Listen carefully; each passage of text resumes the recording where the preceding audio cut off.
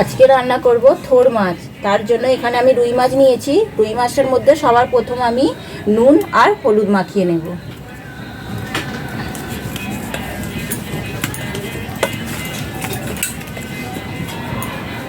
এবার কড়াইয়ের মধ্যে সরষের তেল দিয়ে দেব।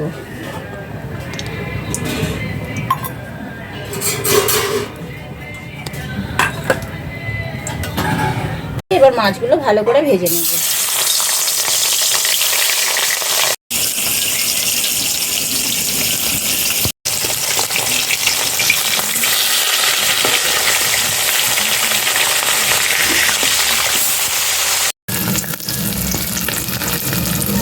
মাছগুলো সমস্ত ভাজা হয়ে গেছে ভালো করে। এবার মাছগুলো সব তুলে নেব।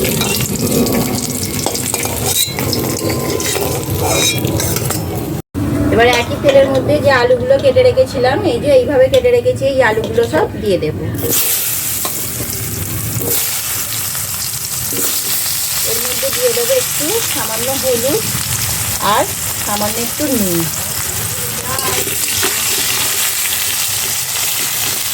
এবার যে ছোটটা কেটে রেখেছিলাম, এই যে ছোটটাও কিন্তু একই রকম আলুর মতো লম্বা লম্বা করে কেটে রেখেছি।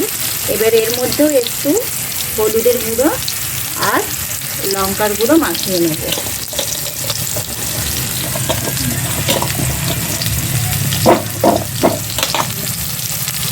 প্রথমে আলুটা ভালো করে ভেজে নেব।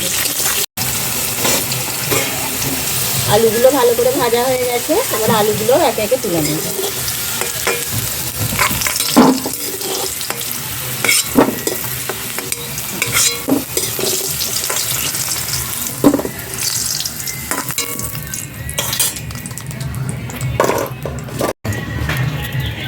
এবার এই তেলের মধ্যে দিয়ে দেবো কুচিয়ে রাখা পেঁয়াজ।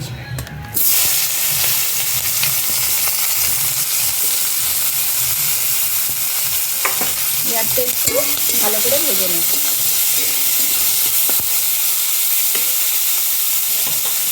পেঁয়াজের কালারটা একটু চেঞ্জ হয়ে গেছে। এবার এর মধ্যে দিয়ে দেবো কুচিয়ে রাখা টমেটো।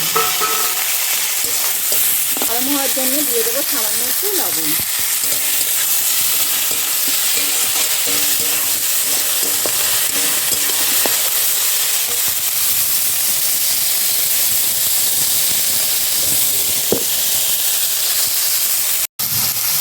টমেটোটা নরম হয়ে গেছে। এবার এর মধ্যে দিয়ে দেবো পেটে রাখা আদা রসুন। আবারও একটু আদা রসুনটা দিয়ে ভালো করে ভেজে নেব। এবার এর মধ্যে দিয়ে দেবো হলুদের গুঁড়ো,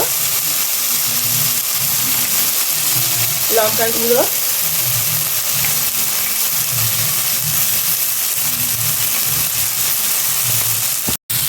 এবার দিয়ে দেবো মৌরি গুঁড়ো। মশলাটা যাতে না পুড়ে যায় তার জন্য সামান্য একটু জল দেবো। দিয়ে মশলাটা ভালো করে একটু কষিয়ে নেব।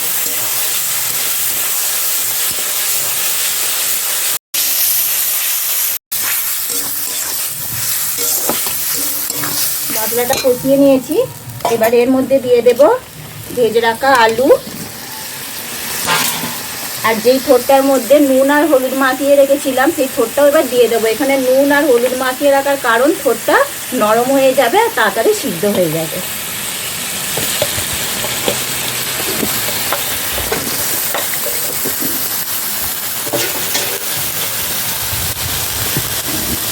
এবার ভালো করে এটা মশলার সঙ্গে কষিয়ে নেব।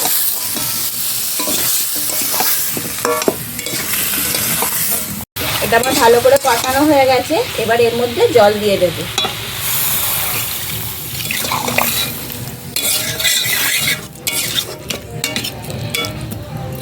যেহেতু আলুটার মধ্যেও আমি নুন আর হলুদ দিয়ে ভেজেছিলাম আর থোড়টার মধ্যেও নুন হলুদ দেওয়া ছিল, তাই নুনটা আমি স্বাদ মতো বুঝে দেব।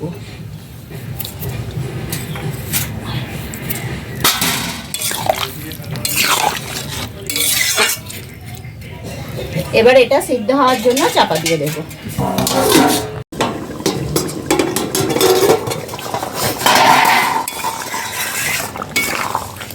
এবার এগুলো আমার সিদ্ধ হয়ে গেছে। এই যে এবার এর মধ্যে মাছটা দিয়ে দেবো।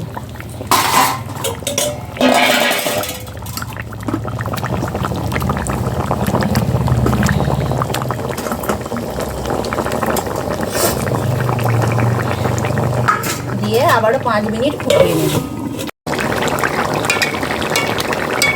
থোড় মাছ আমার রেডি হয়ে গেছে, এবার এটা আমি ঢেলে নেব।